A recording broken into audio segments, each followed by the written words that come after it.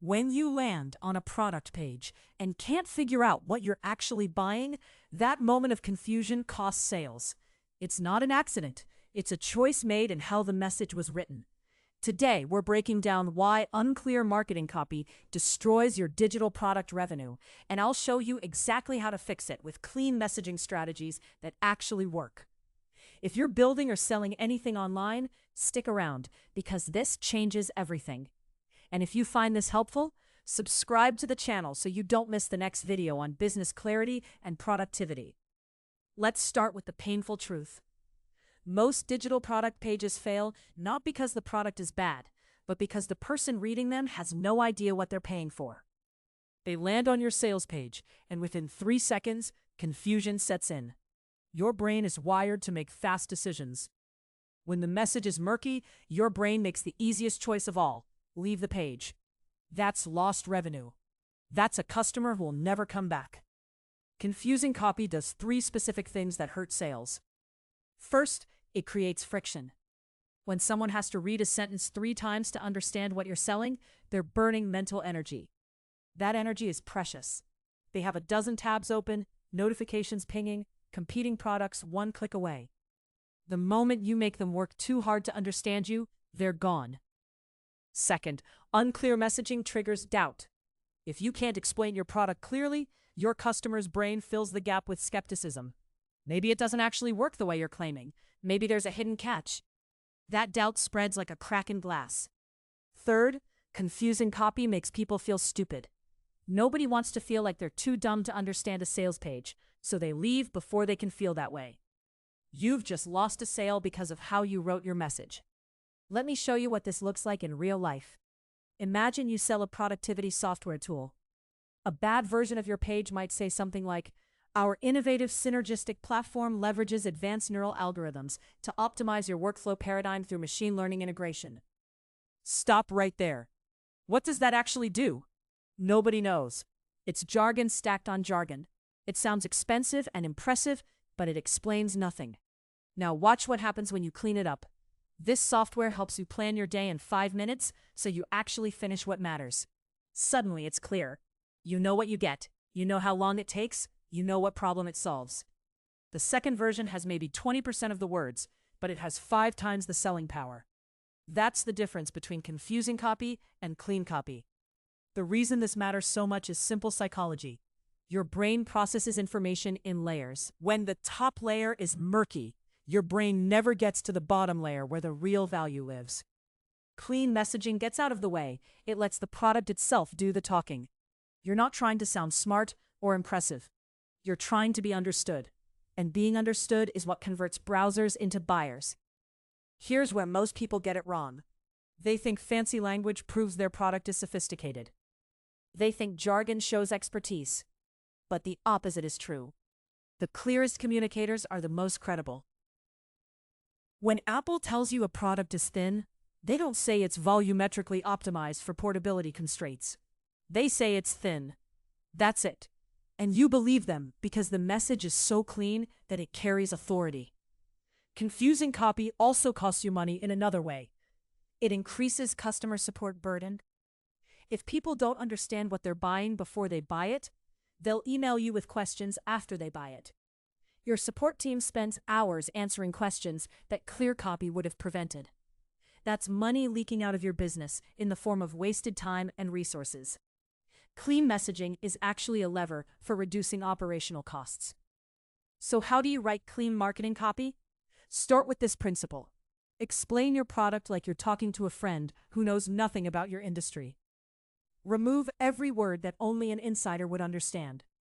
If you're using technical terms, define them immediately in simple language. Don't assume your reader has background knowledge they probably don't have. Every assumption you make is a potential point of confusion. Second, lead with the benefit, not the feature. A feature is what your product does. A benefit is what your customer gets as a result. Features are technical. Benefits are personal. If you sell project management software, the feature might be real-time collaborative task assignment. The benefit is your team stays aligned without endless meetings. Which one makes you want to buy it? The benefit. Always lead there. Third, Use concrete examples. Don't say your software is user-friendly. Show a screenshot of how someone actually uses it. Don't say it saves time. Say it saves Sarah 2 hours every Wednesday that she now spends with her kids instead of in status meetings. Concrete examples bypass the skeptical part of your brain and land directly in the part that understands real-world value. Fourth, answer the questions before they're asked. When someone lands on your page, they have questions. What is this? What does it cost? How long does it take? What if it doesn't work for me? Address every one of these before they have to ask. If you answer the questions, they don't have to look for answers elsewhere, and they're less likely to leave. Now let's talk about the second half of this video, because clear messaging is only half the battle. The other half is how you lay out the planning and structure of your business and your day.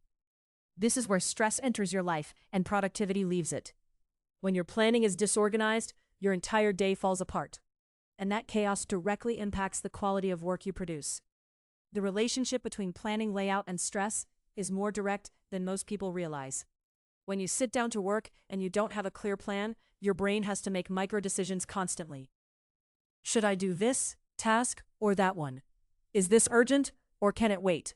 What's the priority? Each of those tiny decisions drains mental energy. By the time you've made 100 micro-decisions before noon, you're exhausted. You haven't even done the actual work yet. The exhaustion comes from deciding what work to do. Correct planning layouts eliminate those micro-decisions. When you sit down and your priorities are already clear, already written down, already ranked, your brain can focus entirely on execution. That's when productivity explodes. That's when you find flow. That's when the work comes easy. Let me give you a specific example. Imagine two people.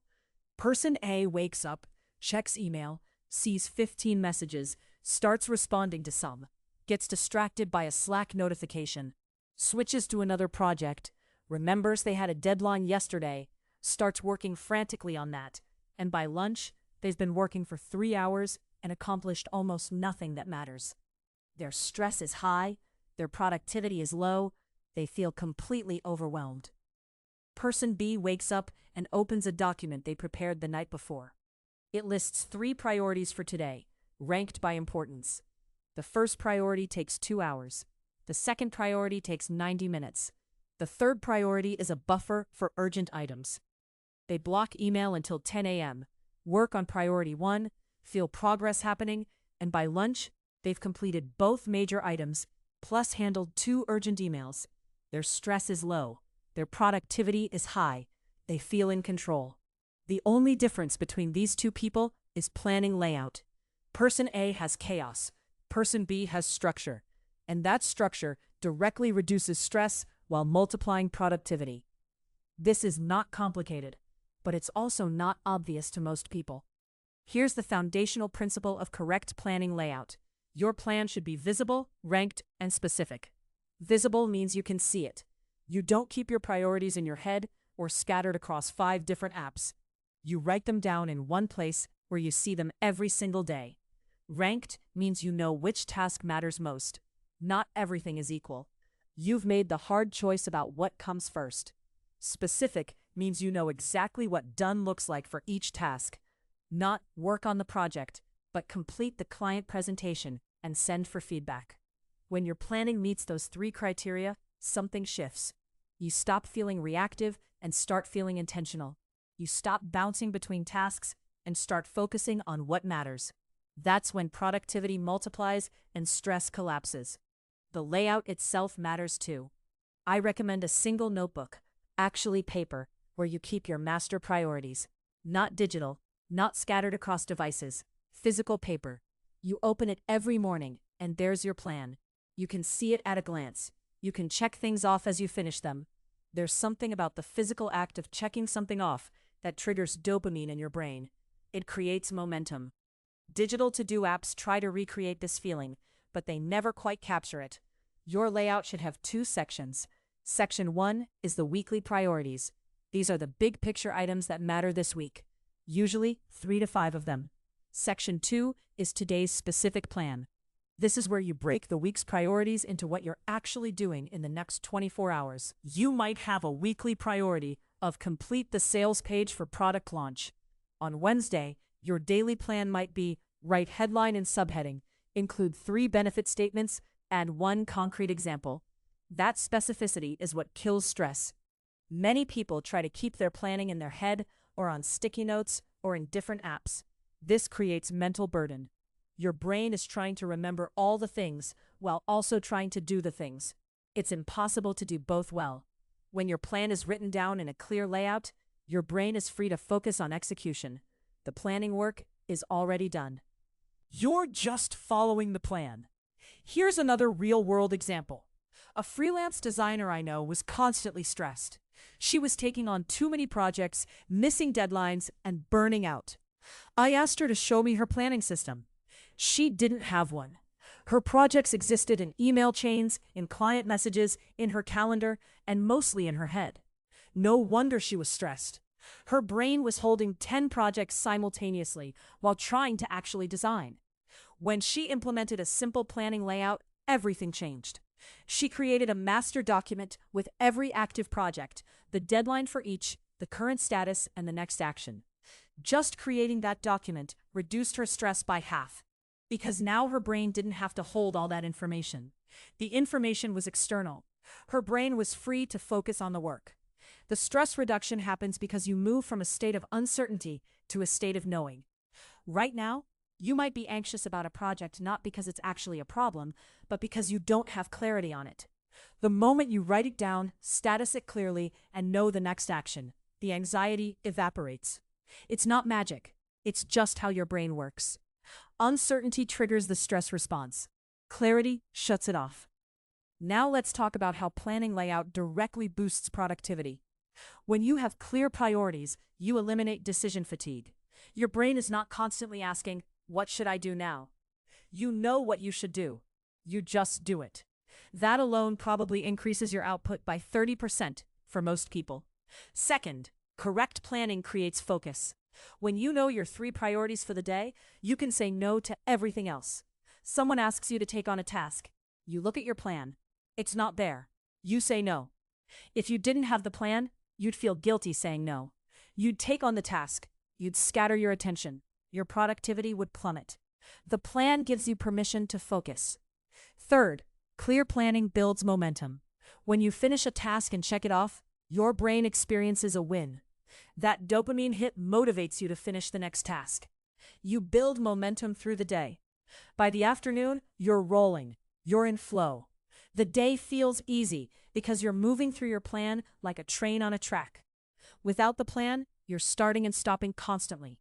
You're never building momentum because you're always deciding what to do next. So here's what I want you to take away from this. Confusing marketing copy destroys sales because it creates friction, triggers doubt, and makes people feel stupid. Clean messaging is simple, specific, benefit-focused, and concrete. When you clean up your message, you'll see sales increase immediately. That's one lever. The second lever is planning layout. When you organize your priorities and your day clearly, you reduce stress and multiply productivity. You move from reactive chaos to intentional execution. You create space for the work that actually matters. If you found this video valuable, please hit the like button. It helps the algorithm understand that this content is worth showing to more people building and selling online products. And I want to know what you're struggling with right now. Are you fighting confusing copy on your sales pages? Are you drowning in unstructured planning? Leave a comment and tell me which one is your biggest bottleneck right now. I read and respond to comments, and I use your feedback to make the next video even better. Thank you for watching, and please subscribe to the channel for more strategies on business clarity, messaging, and productivity.